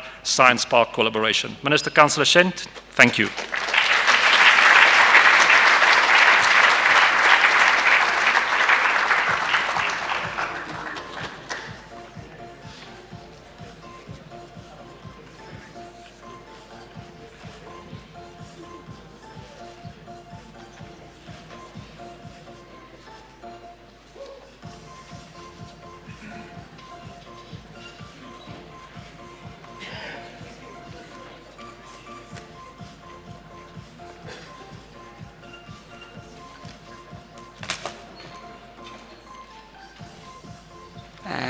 I'm very glad to receive this award. I have been here in South Africa almost 4 years, and I'm leading my team to promote the cooperation between China and South Africa in the field of science and technology. Although in past 4 years, 3 years we are covering with the pandemic. Although in the pandemic, the people-to-people exchange is very difficult, but we still organize a serious video conference to share the experience for fighting COVID-19, and we share a lot of experience with each other. And also, we promoted the substantial cooperative between China and South Africa, and we, the joint research program doesn't stop, still continuing every year. And also, we introduced the new partner for Innovation Hub and set up the cross-border innovation incubator center, and also we introduced a Beidou navigation system to South Africa, compared with sensor in the navigation system. And also, after the pandemic over, this year, people-to-people exchange is come back to normal. So we introduced a lot of Chinese partners to South Africa. And not only for the government, but also for the universities and institutes. For example, we introduced China Academy of Science to South Africa, and also introduced China Association of Science and Technology to be a partner of SACNAS and also DSI, and sign some MOUs in some spatial content to cooperate each other, and also introduce culture to the science policy. And also very special or very important cooperation is space cooperation. This year we introduced the Chinese National Space Administration to the censor to sign MOU in related to the International Lunar Research Station, and also for the manned spacecraft. In future, China and South Africa can cooperate each other in space science. And also, according to your new decade plan, you will focus on 3 areas. One is modernizing agriculture, the second is modernizing mining, and the third is modernizing manufacturing. And there's 2 economics. One is circular economic, and the second is digital economic. And we are do our best find the Chinese partners for you and bring some Chinese companies to come here to cooperate with you in this area. And also, last month, your Honorable Minister Mani visited China and attended the Belt Road International Science and Conference, Conference. And at that conference, the Chinese government launched the International Science and Technology Initiative, and also launched the 4th Spatial Action Plan, one where in future, where international cooperation for science and technology will focus on 4 areas. One is space information, the second is green and sustainable development, and the third is poverty alleviation, and the fourth is innovation and entrepreneurship. And last few years, we organized, with support from our embassy, we supported several training courses, including traditional medicine, space, and poverty alleviation, and climate change. So in future, we still will do a lot to promote the cooperation between 2 sides. Thank you. Thank you. Thank you very much, Minister Councillor, and I'm sure the Minister and our Director General will be delighted that you've taken the words to heart, because you also consider the Decadal Plan to be your plan.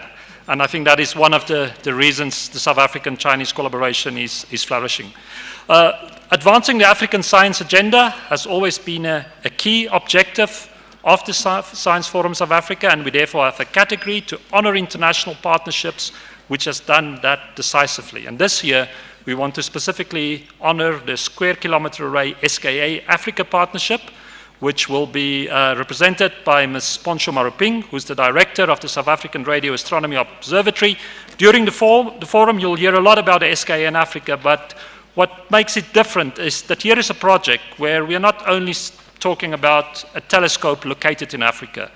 African engineers are designing this telescope. It will be African scientists which will be winning the future Nobel Prizes with these telescopes, and it's African governments which are co-funding and co-leading the policy development of the observatory. Poncho, please.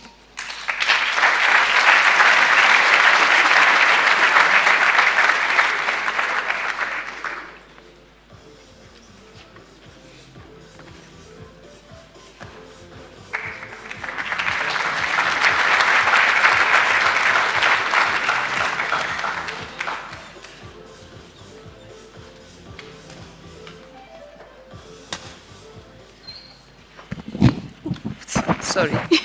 Good afternoon, everyone. And I'm really, truly honored to receive this award on behalf of SARAO.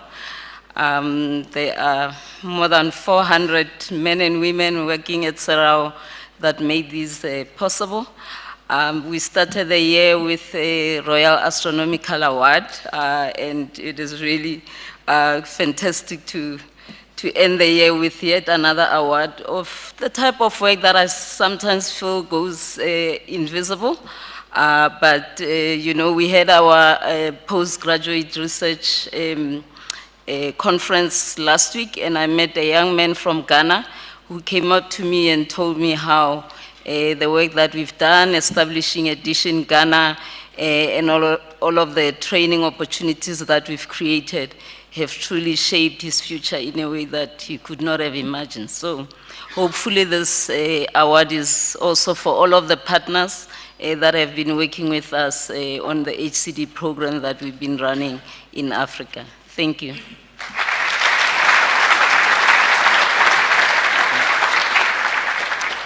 Thank you very much, Poncho. We have 2 awards left, and the next is an individual award, and here we have asked for nominations for an individual scientist who throughout his or her career has sought to put science at the service of society. And today we are very privileged to honor someone who throughout her career has lived and acted all the aspects the Minister spoke about in his speech, specifically seeing science as that multidisciplinary enterprise which should impact society. And it's my privilege to invite Dr. Heide Hartmann to the stage. Heide has had many incarnations in the South African science system, being involved in the formative policy thinking in a young democratic South Africa. But today we specifically want to honor her role in bringing together the worlds of the social sciences and the natural sciences, because it was through Heide's leadership that the International Science Council was established. Heide.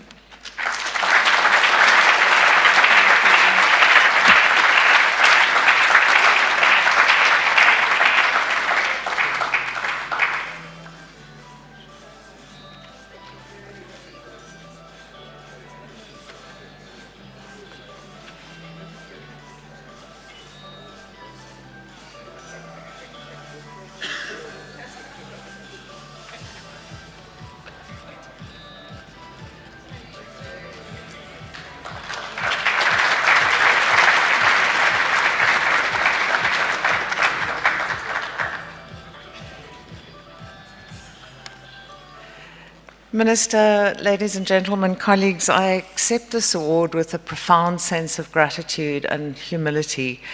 Being recognized in this way is a tremendous honor for me, and more so because it comes from my home country, which I am so privileged and pleased to be working in and for again.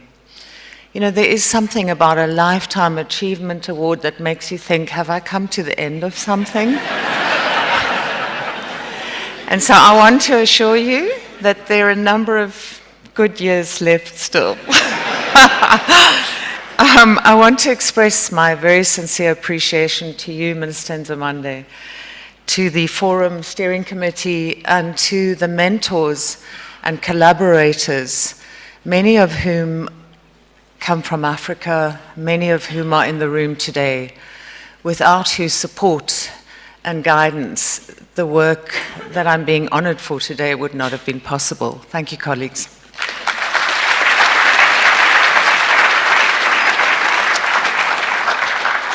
Our last award is for an international science partnership which succeeded very deliberately, very impactfully to achieve excellence in global science, to expand the frontiers of human knowledge. And we are very privileged today that we can honor such a partnership, as you spoke earlier, which defies the traditional patterns of North-South collaboration, because this is a partnership of North-South which is truly co-owned, co-funded and co-led. And I would like to invite therefore Dr. Michael Makanya, who is the director of the European Developing Countries Clinical Trials Partnership, EDCTP, in its various manifestations. Michael.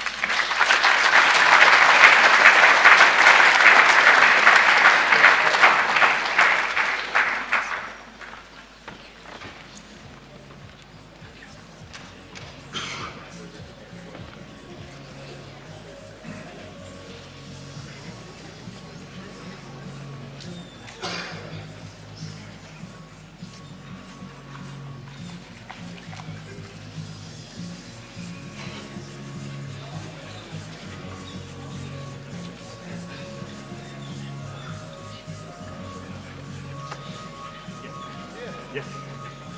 I'll be very brief. Okay, you're going to speak. Yes.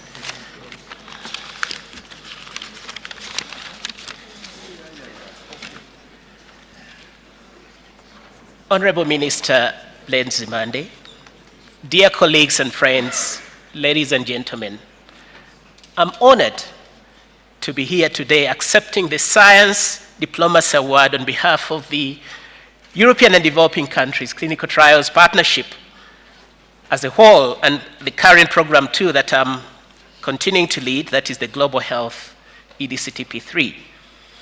On behalf of my colleagues, former and current, and the entire EDCTP family, I thank the government of South Africa for recognizing our contributions to the fight against infectious diseases through excellent science.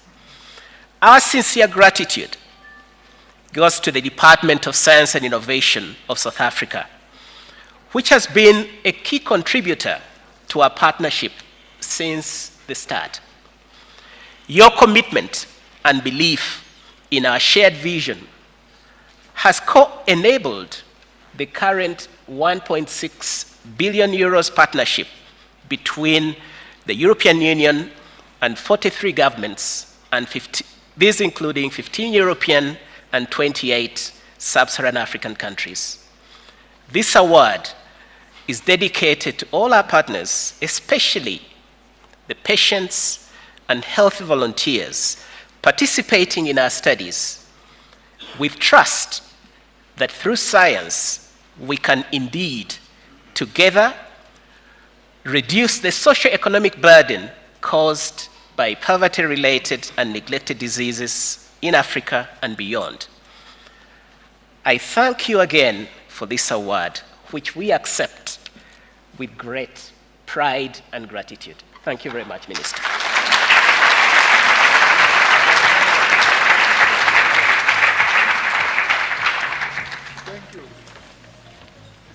Thanks very much, Dan, for handling this item on the agenda for the awards. So, ladies and gentlemen, there's only one final item for our program this afternoon.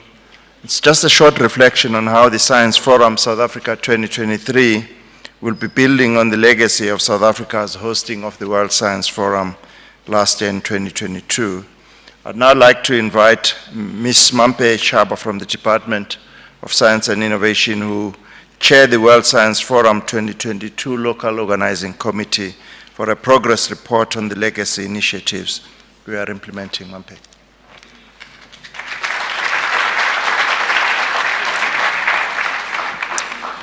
Thank you, Gigi. Good afternoon, Professor Minister Blade Nzimande, His Excellencies that are here with us this afternoon, our international partners, and of course the South African Science Forum delegates.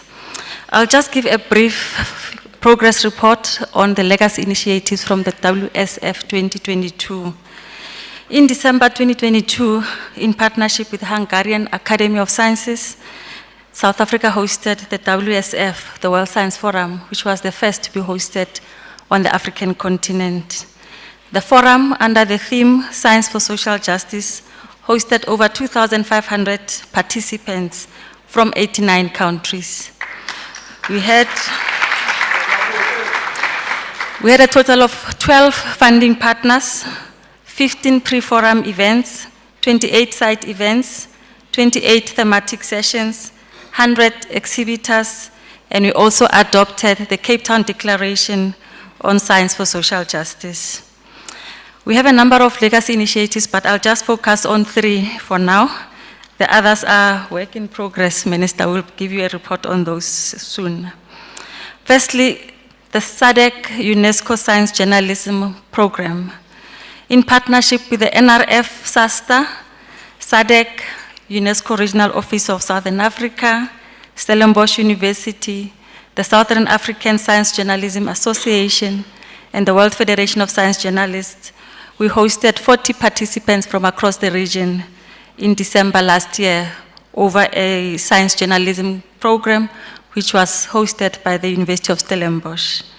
In June 2023, we presented progress on this on the journalism program to the Ministers of Education, Training, Science, Technology, and Innovation in SADC.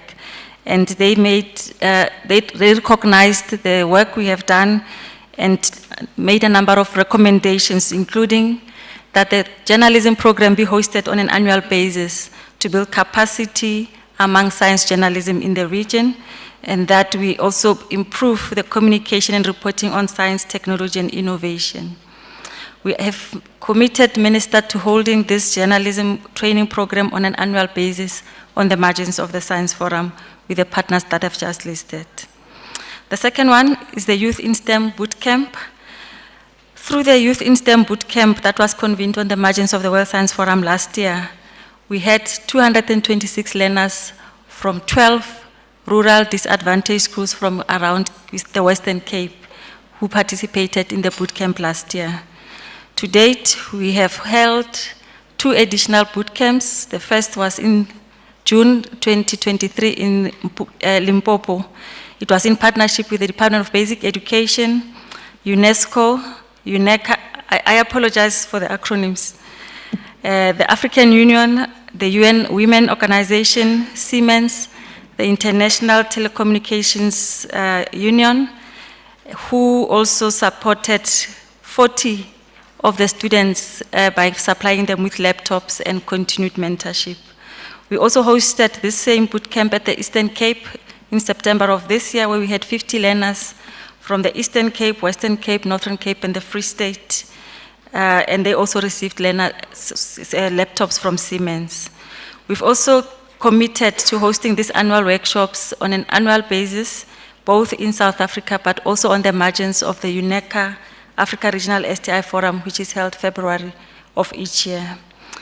The last that I'd like to report on is, as a result, Minister, of your meeting on the margins of the World Science Forum with Dr. Gabriel Ramos, the Assistant Director General from UNESCO, responsible for social and human sciences. This meeting, Minister, that meeting provided an important impetus for launching the South African Transforming Mentalities program. This is a program or a community that allows safe space for young men and boys to address root causes of violence and mental health. Based on the proposal that was put together by the Human Sciences Research Council, the South African Transforming Mentalities program was funded by the Department of Higher Education and Training, and then the inaugural Transforming Mentalities Summit was held in August of this year and attracted over 1,500 participants, mainly from post-school education and training sector in South Africa. To date, Minister, over 350,000 students across the universities in South Africa, TVET colleges, the CET colleges, have taken part in the gender-based violence module that is provided by Higher Health as part of a number of curricula that is being implemented as part of this program. So those are the three, Minister, that I'd like to report on, but to also thank the number of international partners that made sure that the World Science Forum was possible. I will not mention them by name, but they were part of our steering committee, and they provided valuable guidance in making sure that the World Science Forum was the success that it was. I will also really like to thank the partners that we worked with from the African continent, which we continue to work with to contribute to Africa's development. I also would like to thank the intellectual contribution we received from the NSI, many of who are here today. Thank you very much for your contribution. We worked very well with a number of government departments who constituted the Interdepartmental Organizing Committee, and we also received immense contribution from the DSI programs within the DSI, particularly from our communications and finance division. I must also indicate, Minister, that we worked with a very dedicated, committed ICR staff. I don't know if you, Minister, you are aware of this, but we have a very capable, dedicated group of people that have made this work possible and continue to make our work easier on a day-to-day basis. Last but not least, we received immense support from the DSI executives, the DG, Dr. Mjwaha, Deputy Minister Buti Manamela, and of course, Professor Blade Nzimande. Thank you so much.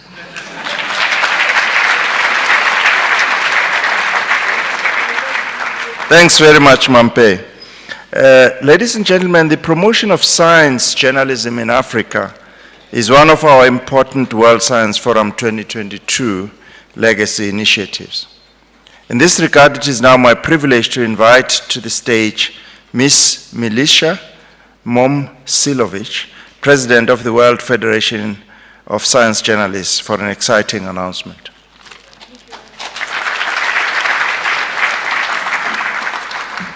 Thank you very much. Dear colleagues and friends, it's a great honor to be here today. As the report says, and I need to underline a couple of things here, that the World Federation of Science Journalists had a unique opportunity to be present at the World Science Forum in Cape Town last December that carried the theme of Science for Social Justice. In these quite difficult economic times, Academic courses on science journalists and mentoring programs run by media volunteers are becoming increasingly few and far between due to the support of the Department of Science and Technology and the Office of Chief Scientist of Quebec. I would like to thank Dan Dutoit and Professor Remy Curion here for the support. We had a group of science journalists from all over the world attending the Science Forum, World Science Forum, who reported from the forum. We learned there that South Africa has a robust science community focused on both research and the practical application of science. Almost every possible field of science is covered here, from astrophysics, paleoanthropology to agriculture. And for the science journalists, this is the place to be. And we were thinking about how wonderful and exciting stories are here to tell to our global audience. So there was no better reason to continue our collaboration and to try to organize, to put everything together for the next World Conference, the 13th World Conference of Science Journalists, to be held in Pretoria in December 2025. And I'm very happy to say that we can announce that this is going to happen.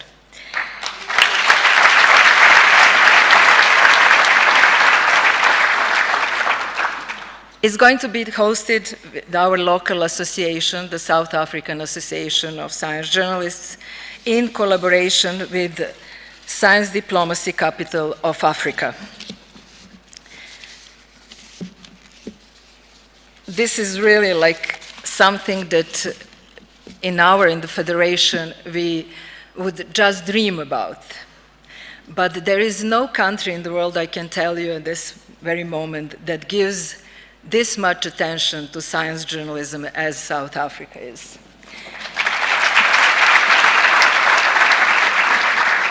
On the legacy of the World Science Forum from last December, we are going to organize our conference under the theme of Science Journalism for Social Justice. And as a symbol, we are selecting the blue crane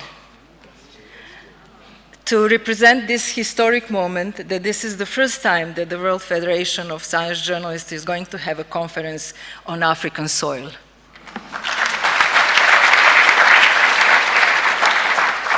I would like to thank Minister Zimande for that, for the support, and would like to ask him to be a patron of our event in 2025.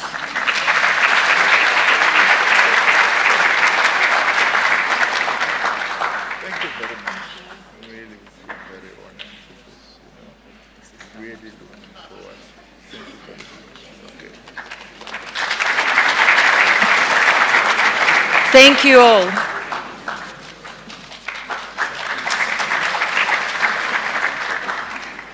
Thanks very much for this announcement. Ladies and gentlemen, good news is that we've come to an end.